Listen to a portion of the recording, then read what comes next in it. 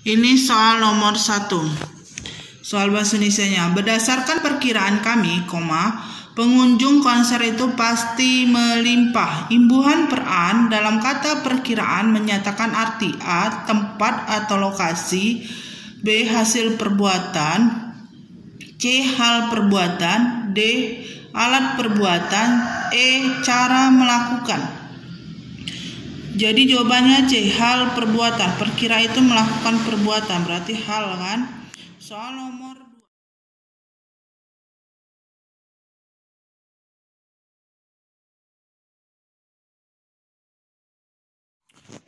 Assalamualaikum warahmatullahi wabarakatuh. Kembali lagi di vlog Bimbel Aminah Ananda. Hari ini saya membuat vlog tes masuk polisi bahasa Indonesia. Ini gambaran soal-soal yang sudah saya rangkum dari 2016 hingga 2019. Ini bukan soal untuk tahun 2020 ya. Kalau soal aslinya ya tidak mungkinlah keluar secepat ini, apalagi ini baru habis ujian, terus yang Bintara belum juga ujian, jadi tidak mungkin itu keluar soal aslinya.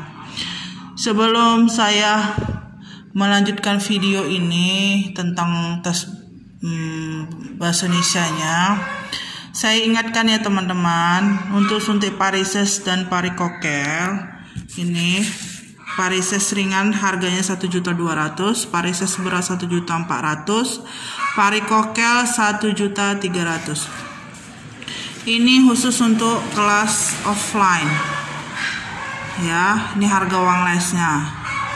Alamatnya di sini di Kota Medan ya, Jalan Sidodamik, Komplek Pemda nomor 17, dekat SPN Polda Sumut. Oke. Ini biayanya. Uang pendaftaran 200.000 per orang. Oke, ini untuk biaya offline. Biaya offline yang 250.000 untuk 3 bulan saya hapus. Karena kalau itu uang lesnya, kalau yang les cuma 4-5 orang, apalagi untuk 3 bulan, saya nggak bisa lah untuk membayar gaji guru. Jadi hasil rapat kami, barang-barang saya dengan guru-guru saya seperti ini ya, saya ubah ya. Untuk akademik pengetahuan umum offline 1,5 juta, 36 kali pertemuan untuk 3 bulan. Untuk psikotes 1.800.000, 36 kali pertemuan 3 bulan, lama belajar 1 jam ya. Kesehatan jiwa 1.950.000, 36 kali pertemuan 3 bulan, 1 jam belajarnya. Untuk akademik pengetahuan umum psikotes kesehatan jiwa 2.100.000, paket komplit 36 kali pertemuan per 3 bulan ya, lama belajar 1 jam. Biaya pendaftaran 200.000 per orang. Nah, ini hari belajarnya. Terus ini kontak personnya ya, 0823 895 29954. Oke. Nah, kita lanjut ya teman-teman ke soal bahasa Indonesianya. Sebelumnya teman-teman, saya harap di deskripsi, di kolom komentar jangan tanya, Kak, ini soal aslinya atau tidak. Ini bukan soal aslinya, ini hanya gambaran. Gambaran ini bisa kalian pelajarin di rumah, kalian bahas di rumah. Ini tidak jauh dari sini juga gambarannya, soal-soalnya. Untuk psikotes juga seperti itu. Saya tidak mungkin kasih soal aslinya karena kan belum ujian. Oke teman-teman, kita lanjut ya. Soal bahasa Indonesianya. Berdasarkan perkiraan kami, pengunjung konser itu pasti melimpah. Imbuhan peran dalam kata perkiraan menyatakan arti: A. Tempat atau lokasi, B. Hasil perbuatan, C. Hal perbuatan, D. Alat perbuatan, E. Cara melakukan. Jadi jawabannya C. Hal perbuatan. Perkira itu melakukan perbuatan, berarti hal kan. Soal nomor 2. Perulangan yang bermakna menyerupai terdapat pada kalimat: A. Mata-mata itu amat licik, B. Harga sayur-sayuran sekarang amat mahal, C. Paman saya amat gemar makan agar-agar, D. Anak kecil itu asik bermain mobil-mobilan, E. Tawang Mangu terkenal karena buah-buahannya. Ingat, ini kata ulang ya. yang bermakna menyerupai. Ini ada pembahasan dari saya. Kalau mobil-mobilan itu sesuatu yang menyerupai, yaitu diserupakan dengan mobil. Mata-mata yaitu kata ulang semu atau agen rahasia. Oke. Sayur-sayuran, kata bermacam jenis sayuran. Buah-buahan juga seperti itu. Agar-agar itu udah kata ulang dwilingga. Nanti kita bahas ya apa kata ulang semu, dwilingga, berapa banyak kata ulang. Oke. Jadi jawaban nomor 2 adalah D. Jadi menyerupai itu menyerupai mobil-mobilan. Oke. Nomor 3. Frasa ambigu bermakna ganda terdapat pada kalimat A. Mobil baru paman dicongkel pencuri tadi malam di tempat parkir. B. Sakit yang ringan pada tenggorokan sering terjadi karena polusi udara.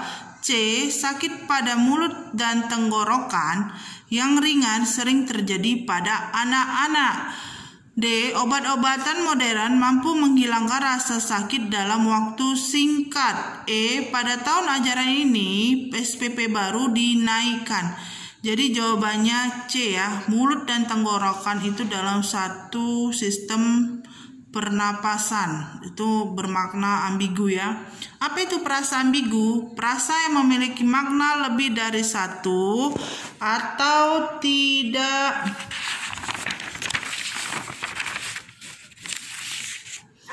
jelas ya. Itu jawabannya. Jadi jawabannya tadi mulut dan tenggorokan. Itu apa ya? C ya. C kayaknya ya. Soal nomor 4. Penulisan kata asing yang sesuai dengan EYD adalah, EYD itu apa? Ejaan yang disempurnakan. Berarti kalau ejaan yang disempurnakan harus sesuai dengan KBBI. KBBI itu Kamus Besar Bahasa Indonesia atau kata baku. Oke. A. Praktek. B. Kualitas. C. Metoda. D. Sistem. E. Atmosfer. Baku kata bakunya praktik, tidak bakunya praktek. Berarti yang A tidak sesuai. Yang B. Kualitas. Kualitasnya tidak baku, kualitas baku. Berarti yang B salah. Yang C. Metoda. Metoda tidak baku, metode baku. Berarti yang C juga salah. Sistem. Sistem itu tidak baku, sistem itu baku. Berarti yang D juga salah. Atmosfer. Atmosfer tidak baku, atmosfer baku. Berarti jawabannya E ya. Nomor 5. Kalimat yang tidak dapat dipasifkan adalah A. Kakak menjerit kesakitan. B. Ayah mengatakan bahwa adik perlu rajin belajar. C. Kami akan mengerjakan tugas-tugas ini secepatnya. D. Yang mencari ikan itu telah menyeberangi sungai Citarum. E. Jumat ini masyarakat kami akan membersihkan lingkungan desa. Ingat ya, kalimat pasif itu kalimat yang subjeknya dikenai pekerjaan atau perbuatan. Cirinya subjek sebagai penderita. Yang kedua, cirinya predikat berimbuhan di, ter, atau terkan. Kita lihat yang nomor A. Bisa nggak kesakitan terjerit kakak? Kan nggak mungkin. Berarti jawabannya A ya. Kalau yang B kita coba ubah ke pasif. Ayah mengatakan bahwa adik itu perlu rajin belajar. Adik perlu rajin belajar ya, dikatakan oleh ayah. Ada kata olehnya ya. Yang C, kami mengerjakan tugas-tugas ini secepatnya. Tugas-tugas ini secepatnya kami dikerjakan oleh kami. Yang D, yang mencari ikan telah menyeberangi sungai Citarum. Sungai Citarum telah kami seberangi. Menyeberangi sungai Citarum untuk mencari ikan. Gak cocok ya. Yang A sama D juga nggak cocok. Dicari ikan, diseberangi. Sungai di Citarum diseberangi untuk yang mencari ikan. Nanti ditambah kata untuknya ya. Jumat ini masyarakat kami membersihkan lingkungan desa. Lingkungan desa Jumat ini dibersihkan oleh masyarakat kami. Kata tambah olehnya ya. Jadi jawabannya A.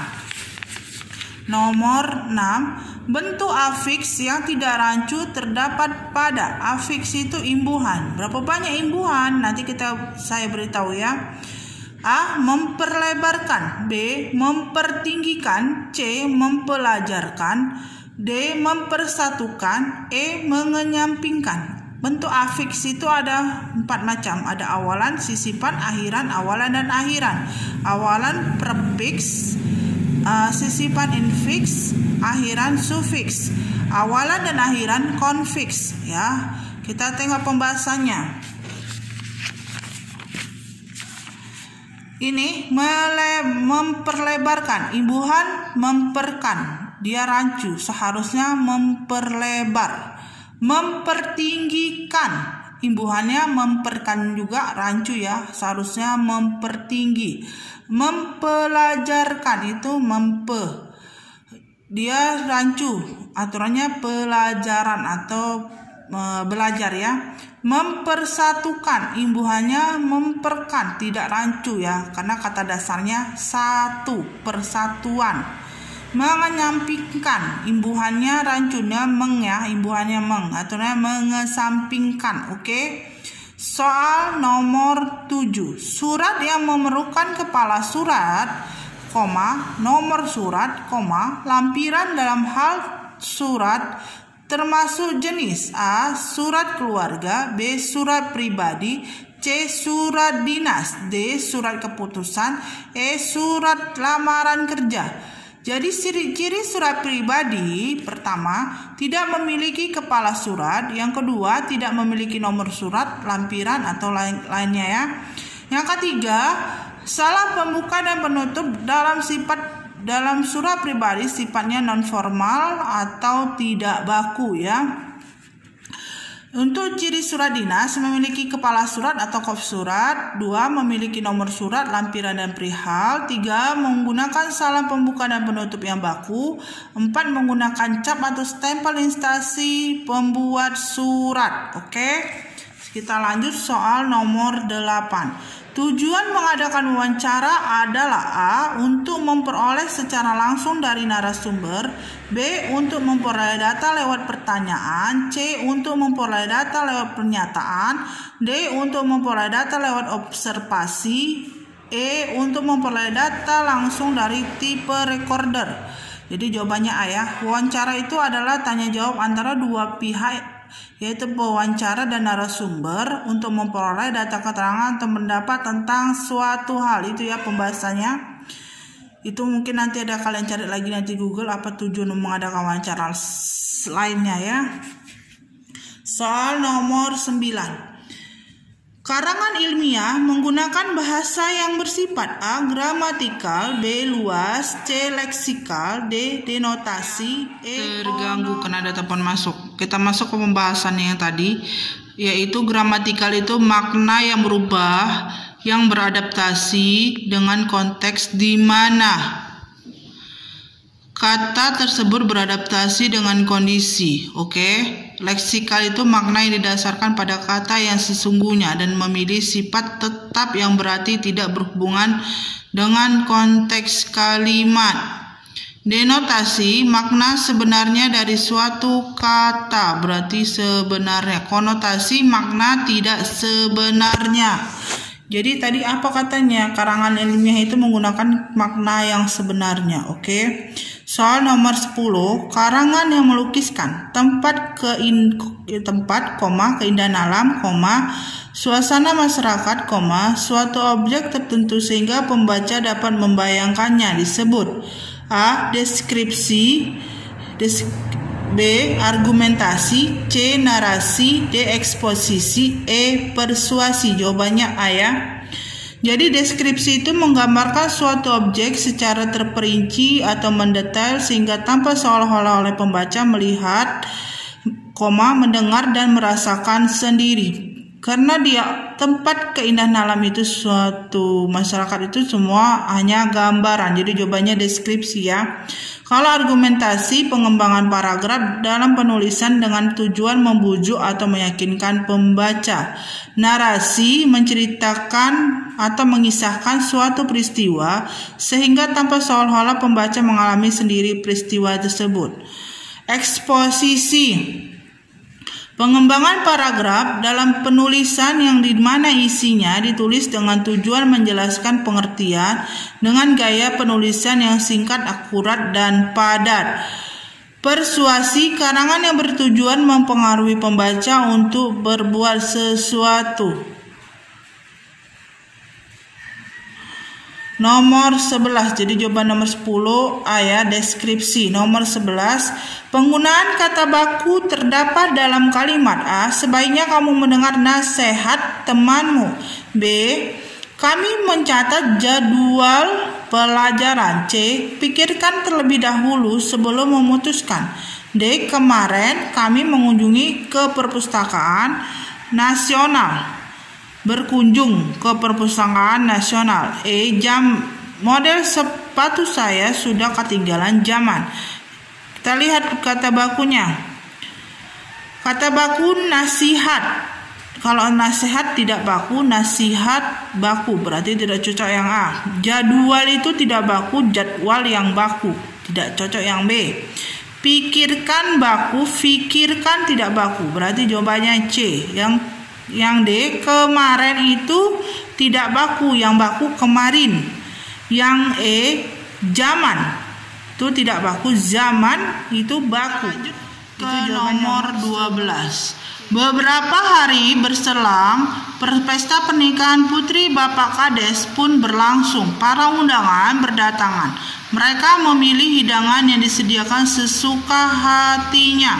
Warga desa larut dalam pesta. Suasana pesta bertambah semarak dengan hadirnya penari-penari cantik penghibur para tamu. Kalimat yang bergaris bawah pada paragraf di atas mempergunakan majas. A, inversi, eufisme. B, eufisme. C, pas prototo ya. D, totem pro parte. E, metafora. Warga desa larut dalam pesta. Kita tengok dulu. Inversi itu gaya bahasa di mana penggunanya sangat kaya akan bahasa, menggunakan beberapa variasi untuk mendapatkan efek tertentu, berarti bukan. Eufisme, gaya bahasa mengganti kata-kata yang dianggap kurang baik dengan padanan kata yang lebih halus, bukan. Pas protato atau prototo, gaya bahasa yang menyebutkan sebagian unsur untuk menampilkan keseluruhan sebuah kata, berarti bukan. Totem pro parte, gaya bahasa menampilkan keseluruhan untuk merujuk pada sebagian benda atau situasi. Warga desa larut dalam pesta, itu situasinya warganya larut dalam pesta, jadi jawabannya D ya. Metafora, meletakkan sebuah objek yang bersifat sama dengan pesan yang disampaikan dalam bentuk ungkapan. Itu bukan bentuk ungkapan. Nomor 13. Penulisan daftar pustaka yang benar adalah A, Kamus Linguistik Harimurti Kridalaksana Jakarta 2 Gramedia 1982. B, Kridalaksana Harimurti 1982 Kamus Linguistik Jakarta 2 Gramedia. C, Kridalaksana Harimurti, Gramedia 1982 Jakarta Kamus Linguistik. D, Harimurti Kridalaksana Kamus Linguistik 1982 Jakarta Gramedia. E, Kridalaksana Harimurti 1982 Kamus Linguistik Jakarta Gramedia. Jadi jawaban B. Karena itu syarat untuk membuat penulisan daftar pustaka yang benar seperti ini ya. Dia ada nama yang pembuatnya, terus ini ada namanya, ada tahun terbitnya dulu, baru judul buku, kota, dan nama penerbit. Kita lanjut soal nomor 14. Penyampaian gagasan yang dimulai dari hal-hal yang bersifat khusus atau kalimat penjelas dan diakhiri dengan hal-hal yang bersifat umum atau kalimat utama merupakan penyampaian gagasan secara A, induktif, B, deduktif, C, induktif deduktif, D, naratif, E, deskripsi. Kita lihat dulu dari induktif. Deduktif itu paragraf berpola dari umum ke khusus, bukan. Induktif, peragaan dimulai dengan menjelaskan permasalahan khusus dengan kesimpulan berupa umum. Berarti jawabannya A ya, induktif. Deskripsi itu peragaan melukiskan atau menggambarkan suatu tujuan agar pembaca seakan-akan bisa melihat, mendengarkan, merasakan sendiri semua yang ditulis oleh penulis. Itu bukan. Naratif berasal dari kata narasi, makna penghiasan atau penghiasan suatu cerita atau kejadian. Berarti itu bukan juga. Nomor 15. Kalimat berikut ini yang mengalami gejala bahasa pleonasme adalah kecuali. Kecuali ya. Hanya ini saja yang dapat saya berikan. B. Astuti mengenakan gaun berwarna kuning.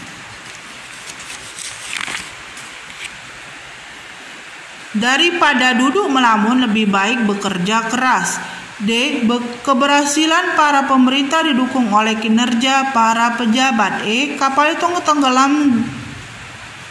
itu tenggelam itu samudra luas. Pleonasme itu bahasa yang menambahkan informasi pada pernyataan yang sudah jelas atau menambahkan keterangan yang sebenarnya tidak dibutuhkan. Kapal itu tenggelam di samudra, itu kan nggak dibutuhkan kan bahasanya. Jadi jawabannya C ya. Kalau daripada melamun kan lebih bagus kerja keras tuh kan gitu. Nomor 16. Orang yang memberi informasi dinamakan A. Orator, B.